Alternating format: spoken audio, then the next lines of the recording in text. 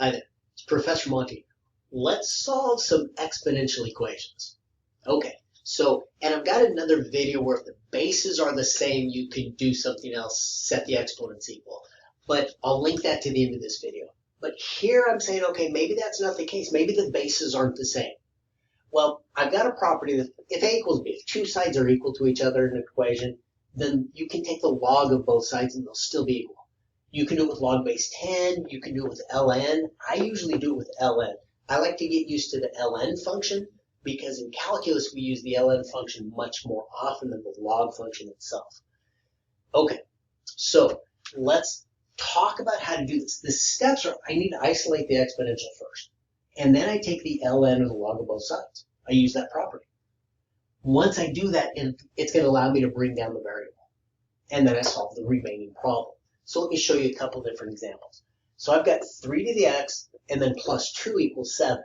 I need to get this exponential to 3 to the x by itself. So I'll subtract 2 from both sides. And I get 3 to the x equals 5. And a lot of problems, you'll get the problem that just looks like that. I've got this exponential. I can't get 5 as some nice 3 to some nice power. So I need to figure out how to solve that. Well, I'm going to take the ln of both sides or log base 10 of both sides, whatever I want to. Again, I'm going to use ln. So I go, oh, ln of 3 to the x equals ln of 5.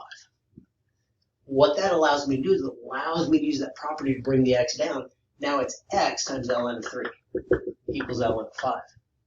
Now I just divide both sides by ln of 3, and I'm going to get x equals ln of 5 divided by ln of 3. That's my answer.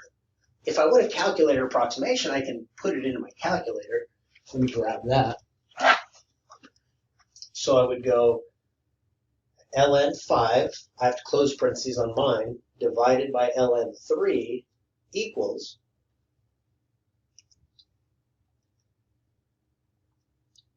and I get about 1.46. So that's a calculator approximation. This is the exact answer. That's the approximate answer. All right, let's try another one.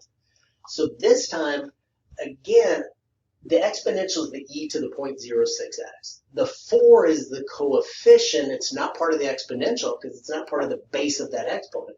So I'm going to divide that away first. And this comes out pretty nicely, but I'm just going to leave it there just in case it didn't come out nicely. Just leave it as 15/4. Again, you can put that at 3.75, but if that was a decimal that went on for a long time, I don't want to write that decimal down. But the idea is I can use this property. If these equal, I can take the ln of both sides. So I go ln of e to the 0.06x equals ln of 15/4. Now I can use one of the inverse properties. ln and e cancel each other out. I just get the exponent.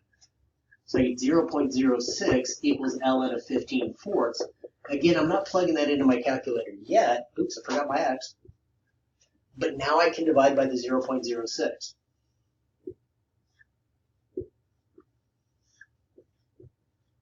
Now what I have up there is the exact answer, and it's really ugly.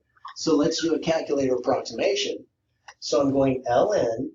This time in parentheses, I do 15 divided by 4. Close parentheses. And then divide the whole thing by 0.06. And I get about 22.03. So again, exact answer, calculator approximation. So use this property, follow these steps, and by doing that, solving the exponential equations, not so bad.